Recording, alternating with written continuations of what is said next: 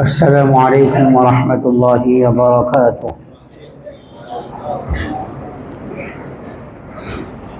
الحمد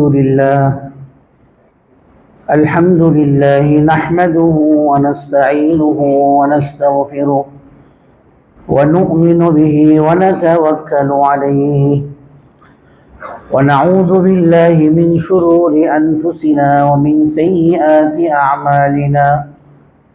من يهده الله فلا مضل له ومن يضلله فلا هادي له، ونشهد أن لا إله إلا الله وحده لا شريك له، ونشهد أن محمدا عبده ورسوله صلى الله تعالى عليه وعلى آله وأصحابه وبارك وسلم تسليما كثيرا كثيرا.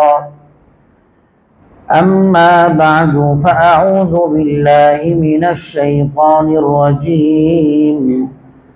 بسم الله الرحمن الرحيم. ما كان محمد أبا أحد من رجالكم ولكن رسول الله وخاتم النبيين، وكان الله بكل شيء عليما. صدق الله مولانا العظيم وصدق رسوله النبي الكريم، ونحن على ذلك من الشاهدين والشاكرين، والحمد لله رب العالمين.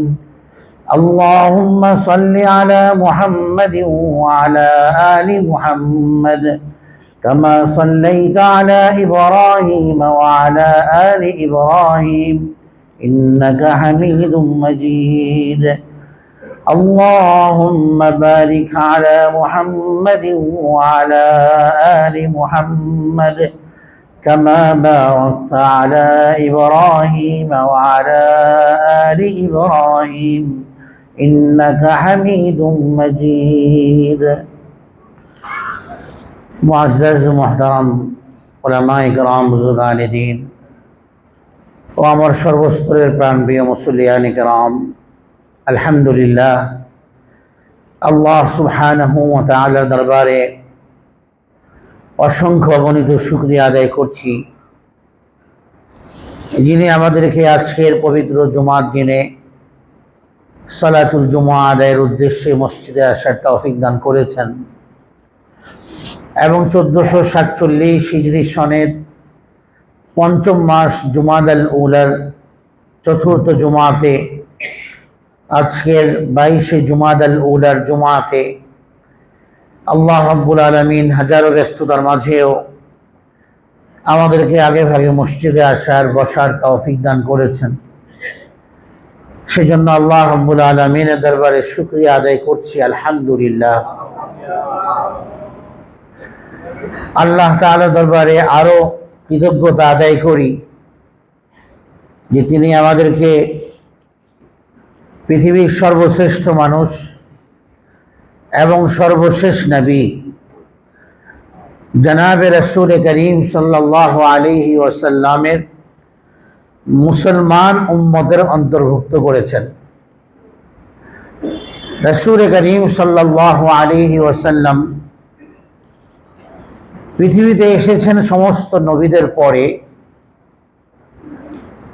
কিন্তু মর্যাদা এবং শ্রেষ্ঠত্ব, সম্মান, প্রভাব, সর্বদিক থেকে পরিপূর্ণতা,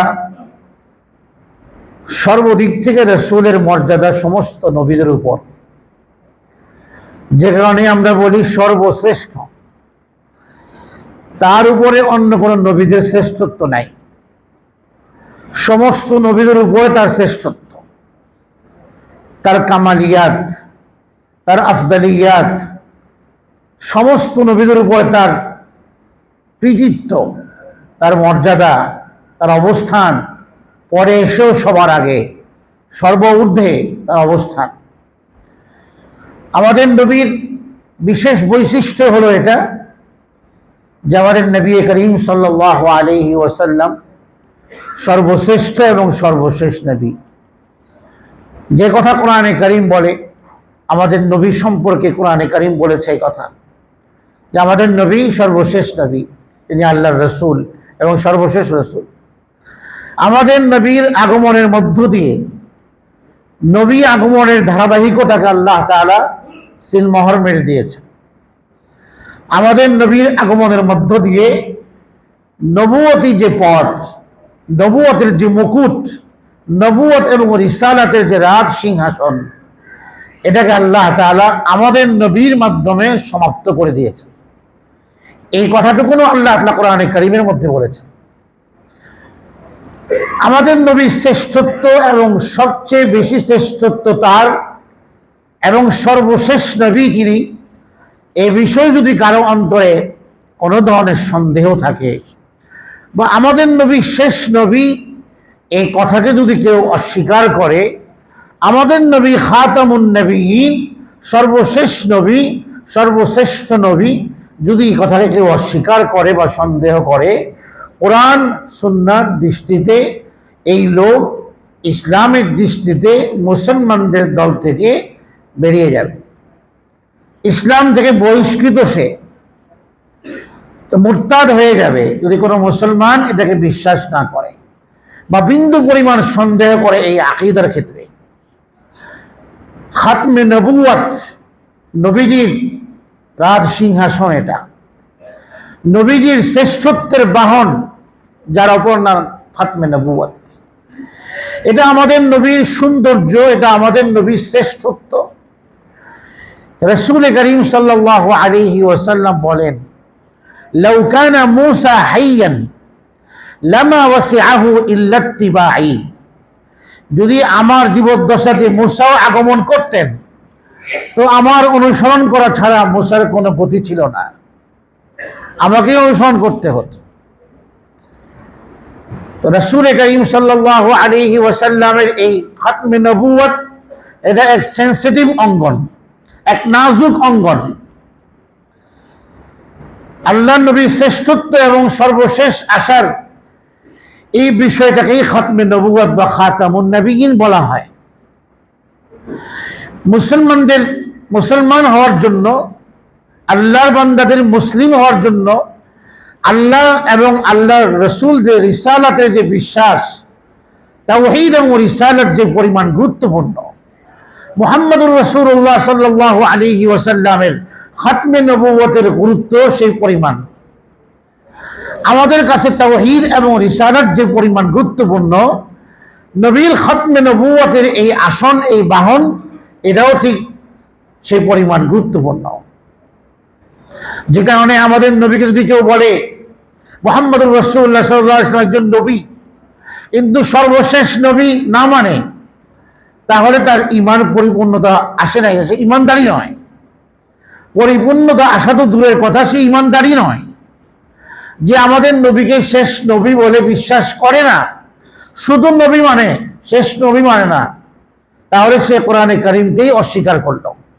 কোরআনে কারীমের একটা হরফকে অস্বীকার করলে কাফের হয়। কোন মুসলমান যদি কোরআনে কারীমের একটা হরফকে অস্বীকার করে, সে সাথে সাথে মুরতাদ হবে। তো আল্লাহর রাসূল সাল্লাল্লাহু আলাইহি ওয়াসাল্লামের খাতমে নবুয়তের ব্যাপারে কোরআন বলেছে যে আমাদের নবী শেষ নবী, এই কথাকে যদি কেউ অস্বীকার করে আর না মানে, তাহলে সে মুসলমান নয়। যদি নিজেকে মুসলিম বলে পরিচয় দেয়, তাহলে সে মুসলমানদেরকে ধোঁকা দিচ্ছে, মুসলমানদের সাথে প্রতারণা করছে। ঠিক আজকে একটা জামাত, একটা দল নিজেদেরকে আহমদিয়া মুসলিম জামাত বলে পরিচয় দিচ্ছে সারা পৃথিবীতে। পৃথিবীর মানুষ অনেকেই তাদেরকে মুসলমান হিসেবেই জানে, যে এরা মুসলমান, বাস্তবিক অর্থে এরা কাফের, মুসলমান নয়। আহমদিয়া মুসলিম জামাত নামে যারা নিজেদেরকে মুসলিম পরিচয় দেয়, তারা কাদিয়ানি। কাদিয়ানিদের ধর্মমত হচ্ছে মুহাম্মদুর রাসূলুল্লাহ নবী কিন্তু শেষ নবী নয়। মুহাম্মদুর রাসূলুল্লাহর পরেও নবী আসে। মির্জা গোলাম আহমদ কাদিয়ানি ব্রিটিশদের সৃষ্ট ভারতের, আমাদের এই বিগত শতাব্দীতে অবিভক্ত ভারতে এই ফিতনা ব্রিটিশরা সৃষ্টি করে দিয়েছিল মুসলমানদের ভেতরে পারস্পরিক অনৈক্য সৃষ্টি করার জন্য, মুসলমানদেরকে জিহাদ থেকে দূরে রাখার জন্য এই ষড়যন্ত্র যারা ওরিয়েন্টালিস্ট, যারা খ্রিস্টান এবং ইহুদিদের শিক্ষিত প্রশিক্ষিত টিম আর ক্রুসেডার যারা ছিল, তারা ছিল এই ফিতনা সৃষ্টির মূল চালিকা শক্তি। কাদিয়ানি ফিতনা, কাদিয়ান এক গ্রামের নাম পাঞ্জাব প্রদেশের। সেই এলাকার এক ব্যক্তি, তার নাম মির্জা গোলাম আহমদ। তারা সেই ব্যক্তিকে নির্বাচন করে নবুয়ত দাবি করার জন্য সেই ব্যক্তিকে নির্বাচন করেছে। সেই ব্যক্তিকে নির্বাচন কেন করলো এ সম্পর্কে এক খ্রিস্টান লেখক দ্য ইন্ডিয়ান মুসলমানস গ্রন্থে সেটা উল্লেখ করেছে। অবিভক্ত ভারতে ব্রিটিশদেরকে তাড়ানোর জন্য যে পরিমাণ যেভাবে মুসলমানদের জিহাদ করছিল, মুসলমানদের ক্রমশ জিহাদের কারণে এবং উপর্যুপরি জিহাদের লিপ্ত থাকার কারণে ব্রিটিশদেরকে এই ভারত, অবিভক্ত ভারত থেকে, এই উপমহাদেশ থেকে তাদের শক্তি এতে ক্রমশই দুর্বল হতে চলছিল মুসলমানদের জিহাদের কারণে। মুসলমানদের জিহাদের কারণে ব্রিটিশরা এদেশে দুর্বল হচ্ছিল। তখন তারা চিন্তা করলো যে এদের নবীর এই জিহাদের পরিবর্তে যদি আরেকজনকে নবী বানিয়ে দেওয়া যায়, আর সে যদি এসে মুসলমানদের মধ্যে জিহাদের বিরুদ্ধে ফতোয়া দেয় যে জিহাদ বলতে ইসলামে কিছু নেই, তাহলে এখানে আমাদের ক্ষমতা, আমাদের শাসন দীর্ঘস্থায়ী হবে। কারণ তাদের শাসন নীতি ছিল ডিভাইড অ্যান্ড রুল। এটা ছিল তাদের দীর্ঘমেয়াদী এখানে থাকার জন্য তাদের নীতি ছিল এটা, ডিভাইড এবং রুল। তার আলোকেই তারা মুসলমানদের মধ্যে আরেকজনকে নবী বানিয়ে দিয়ে তার মাধ্যমে জিহাদকে, ইসলামে জিহাদ নেই এই ফতোয়া দিয়ে মুসলমানদের জিহাদকে বন্ধ করে দিলে তাদের ক্ষমতা শক্তি আবার ক্রমশ এটা শক্তিশালী হবে। দীর্ঘদিন তারা, দীর্ঘমেয়াদী ব্রিটিশরা এই মহাদেশে তাদের শাসন ক্ষমতা চালাতে পারবে। এই চিন্তা থেকে তারা মির্জা গোলাম আহমদ কাদিয়ানিকে নির্বাচন করলো, তুমি নবী দাবি করো, নবুয়ত দাবি করো। তো সেই লোক যতগুলো তার ভ্রান্ত আকীদা ছিল, সেই সকল ভ্রান্ত আকীদার মধ্যে অন্যতম ন্যাক্কারজনক ভ্রান্ত আকীদা হচ্ছে এটা যে এই লোক গোলাম আহমদ কাদিয়ানি নিজেকে নবী দাবি করে বসেছে, এবং নবী দাবি করার পর সে ফতোয়া দিয়েছে ইসলামে জিহাদ বলতে কিছু নাই, জিহাদ ইসলামে রহিত হয়ে গিয়েছে। দুটি উদ্দেশ্যে তারা এই কাজ করেছে ব্রিটিশরা। এই গোলাম আহমদ কাদিয়ানি ব্রিটিশদের সৃষ্ট কাদিয়ানি ফিতনা। একটা হচ্ছে মুসলমানদের জিহাদকে ভারত উপমহাদেশ থেকে নষ্ট করা, মুসলমানদের মুসলিম ঐক্যে ফাটল সৃষ্টি করা, মুসলমানদের ইত্তেহাদ, ইত্তেফাক, ঐক্য, একতাবদ্ধ প্ল্যাটফর্মকে নষ্ট করার জন্য তারা এই গোলাম আহমদ কাদিয়ানি, এই গোলাম আহমদ, মির্জা গোলাম আহমদকে নবী হিসেবে দাঁড় করিয়ে দিয়েছে তাদের শাসন ক্ষমতাকে দীর্ঘমেয়াদী করার জন্য এই ভারত উপমহাদেশে। সেখান থেকে এই কাদিয়ানি ফিতনার উৎপত্তি। যারা আমার নবীর খতমে নবুয়তকে অস্বীকার করে, নিজেকে নবী দাবি করে, আহমদিয়া মুসলিম জামাত এই গোলাম আহমদ কাদিয়ানির অনুসারী। তারা বলে আমাদের নবী নবী, কিন্তু শেষ নবী নয়। শেষ নবীকে গোলাম আহমদ, মির্জা গোলাম আহমদ, সে একবার নিজেকে মসিহ দাবি করে, আমি ঈসা, আবার দাবি করে আমি নবী, আল্লাহ আমার কাছে ওই পাঠায়, আল্লাহ আমার কাছে ওই পাঠিয়েছেন, এই দাবিও সে করেছে। অথচ কোরআনে করিম বলে যে 1400 বছর আগে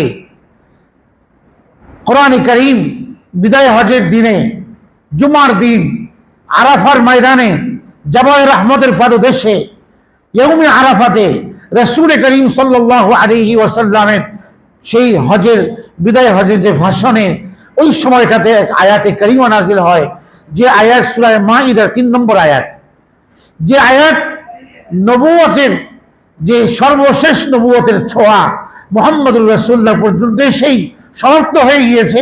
সেই আয়াত আল্লাহ তাআলা কথাকে স্পষ্টভাবে উচ্চকণ্ঠে ঘোষণা করেছে। তো কেউ যদি আমাদের নবীকে শেষ নবী না মানে, সে কোরআনে কারিমকেই অস্বীকার করলো, কোরআনের আয়াতকেই অস্বীকার করলো, কোরআনের আয়াত নয়, শুধু একটা হরফকে অস্বীকার করলেই তো সে কাফের হবে।